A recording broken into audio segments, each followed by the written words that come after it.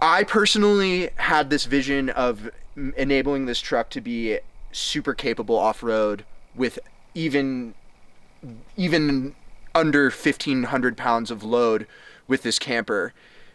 There's a handful of upgrades that I've done to this truck, and I've pretty much achieved that. It handles amazingly on the road and off-road. Obviously, I'm limited to, what kind of torment I want to subject my camper to, but I treat it well, but it handles super, super well, and I'm really happy with how my build came out, hence another reason why I just wanted to talk about it all.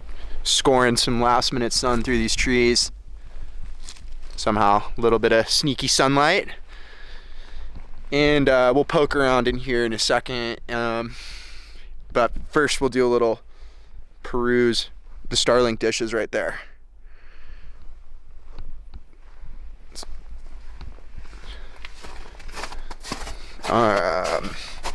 The back seats came out a couple years ago. I've installed a snowboard rack. You can fit 3 boards. There's 2 in here right now. My split board, I have a touring setup that goes down here. It's a little bit longer. This is a 157, so a 159 would not fit. This just barely fits. This is a 159, it does not fit up here, so I've been leaving it down here. I have tools all on this side. Tools, and then this contains my cooking supply, a Mr. Buddy backup heater in the event that I run out of propane. I love this truck so much. It's a joy to drive. I've put 50,000 miles on it. It has 98, and it has never thrown a code. So that's the back seat. Now let's talk about suspension.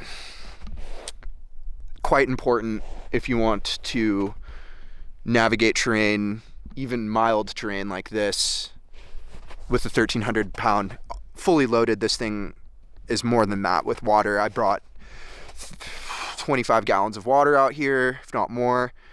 Anyhow, heavy weight. This truck, I wanted this truck to drive like a dream. I wanted to be able to use it off-road and have it fully loaded like this. So the front end first. On the front here I have Total Chaos upper control arms and Bilstein 5160s. I apologize, Bilstein 6112 shocks. Those shocks come from the factory with a 650 pound spring, I believe. On the front end, I have Baja design pods, LED headlights, love that upgrade, and I have a recessed light bar by Cali Raised LED. I have an OEM front end look, but some nice auxiliary lighting upgrades. These are Raceline wheels and Toyo Open Country AT3 tires, 34-inch diameter. And these tires are offset in a way where these wheels are offset flush with my wheel wells. On the rear end, I have Bilstein 5112 shocks.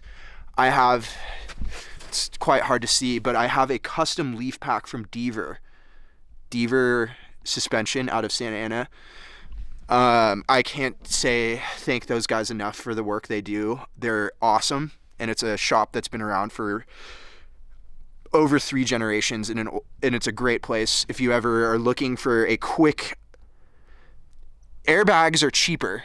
These leaf springs cost me about $1,300. It's a custom leaf pack. There are cheaper ways of doing it. This last summer, I just installed these leaf springs. Prior, I was running an airbag system from Firestone, and it is so much better with the leaf springs. It's so much smoother. The truck handles and behaves so much better. Other than that rear leaf spring, I have a TRD rear sway bar that you can kind of see it right there. I bought that from the Toyota dealership. Oh, my truck is sitting actually pretty much even. Anyhow, those Bilstein shocks are lifted 2 3/4, and we've attempted to match the rear end lift, and it's pretty much level. I couldn't be happier with how all the suspension work came out. On the exterior, on this side of this camper, you have the Hawks, you have a storage compartment for hoses, exterior shower. This is for the water heater. This is your water fill up, auxiliary solar port, and then this is your drain for the sink. So every night when I camp, I deploy my drain. And oh yeah, white knuckle off-road rock sliders with grip tape. These are amazing. I love these. I also can't thank these guys enough. White knuckle off-road. Okay guys, well, welcome in. As you can see, I use this, so I put a towel at the door and I can just kind of shake it off, and underneath this towel, like, just shake off sand and dirt that I track in. Underneath that, I have this. This is so important to have carpet on a cold morning. The first thing I would advise anyone, whether you're getting a camper shell, any kind of camper, put a nice carpet on there. It makes everything so much warmer in the morning. This is a side dinette model, 4-wheel camper, Hawk. Right now, the side dinette is flattened into the couch setup, which is awesome. This serves as a couch and a bed. I have a Hest mat sitting on top of it, and it's extremely comfortable. I've spent dozens of nights sleeping down here in snowstorms and windy nights when I can't have the top popped. Also, when I'm just trying to be discreet and I'm sleeping in a suburban environment. This is a great bed. It folds up super easily. The Hest mat is kind of bulky, so right now I just kind of have it deployed permanently in this program. I very seldomly use it as the side dinette, but essentially an aspect of it folds up. This becomes a chair. There's a table that goes there, and then you have 2 seating arrangements. It's quite nice. I only use it like this. The sleeping setup up here is awesome.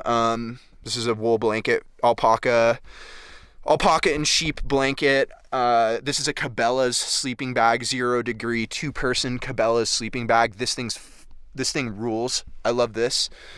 This 4-wheel camper, I upgraded it to the new and latest 3-layered quilt thermal pack. It's awesome. This camper, when you buy it, it comes with a big refrigerator. I converted.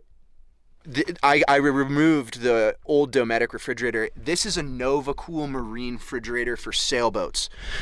It's just such a great little unit. You have a freezer space up top and a large refrigerator space. I have a ton of frozen meat and stuff like that. And it's a terrific little unit. I've been running it for, I think, 2.5 years. These are my food stores. I have a lot of food. And there's more food under here.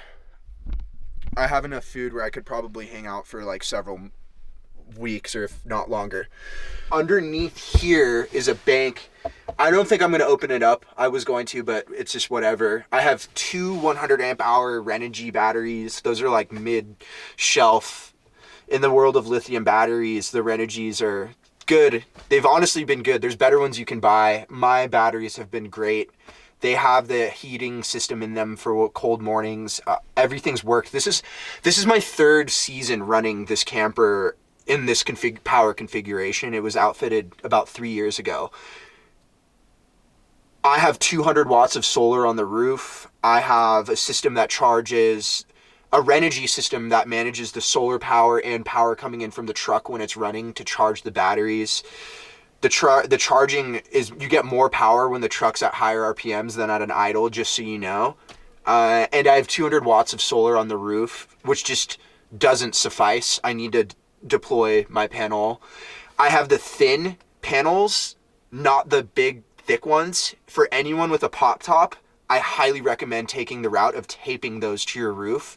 They are like 25% the weight of a traditional solar panel, and with a pop top roof, weight conservation. I had 400 watts with traditional panels on this roof prior, and it kind of bowed my roof after many years of use. So you need to be really mindful, especially with these older pop tops, of your roof.